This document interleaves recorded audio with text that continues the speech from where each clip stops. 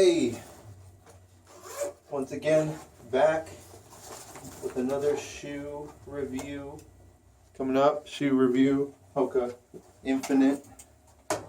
Trying to get all this stuff situated. Sorry, these are the old laces. I think I dropped one over there. But this is the Hoka Infinite. I do have these tri-style laces on around it, but this is Hoka's stability shoe, and it's pretty much a stability shoe. You have your medial post here, and wider toe box, I would say, than some of the first issued Hokas. Definitely wider than the Clifton, but there's some issues, and there's also some wonderful things about this shoe. So let's get to it. I have about 70 miles in this shoe, and the only wear I can see is probably on that heel right there, a little bit right there, and then also I think there was up here in the upper, I was having some little bit like it's gonna pop out there, some material kind of sticking out there already. I thought it would already have popped. We're on mile 70 now, and it seems to be holding up. That's not anything that can't be fixed with shoe goo. Of course, shoe goo, you can get it at a small bottle for $2.99 at the store, big bottle for $5. I'm not going to send them back if I poke that through. But those are the durability issues that I've seen pretty much. They kind of have this different material on the bottom. I remember when Hokas used to just have those lugs, and those things would wear out like crazy. It was just the EVA. This shoe comes kind of stiff out the box, and that's what a lot of people were saying online, and that's what I had, pretty much. It's not flexible at all. It's very stable though. You can definitely feel that medial post when your foot is in the shoe. I felt that it helped me a lot with my running and my running stride. I have a flat foot. They usually try and get you in these so you're kind of corrects your arch, but I did wear these at work to walk, and it was just a horrible experience. They were very uncomfortable. This just killed me, but for running it did help me. The upper, like I said, it's kind of forgiving. I mean, it's not, it's a little bit thicker than the Clifton. Right here seems to be a little bit lighter.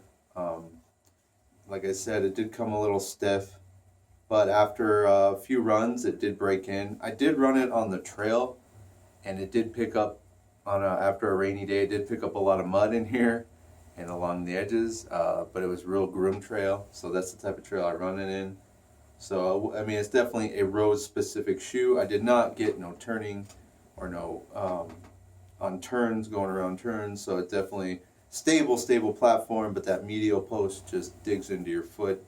And a lot of people were getting that problem in the Odyssey and also the Clayton of the kind of their toe rubbing right here. Well, I think that's would be in this shoe too, except for this guy really helps it kind of stay above where the shoe wraps right there, and kind of has that hard, stiffer. They've gone to a stiffer kind of sole right here, so it kind of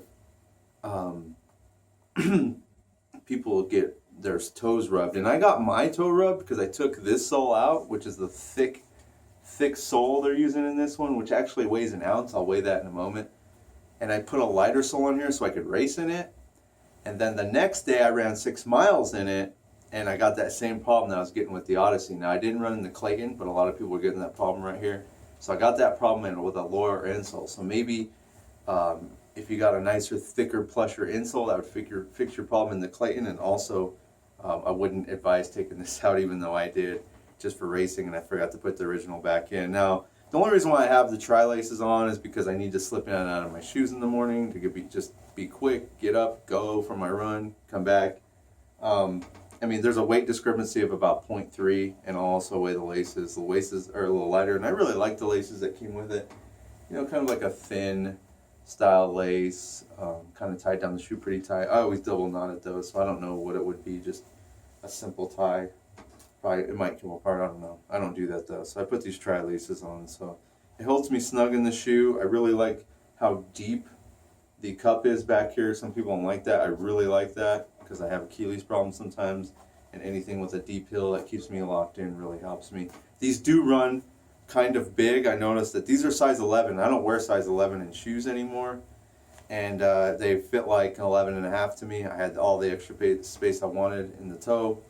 So for me, yeah, they did run a little big, according to like the Clifton 2.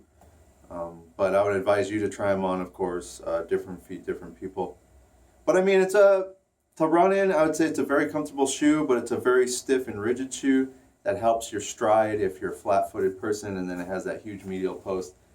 I'll get you going on how much they weigh. Now, it was advertised as, I think, a 10-ounce shoe. Without the insole, you're at about 10.7 ounces. And without these super thick laces, probably about 10.5 ounces.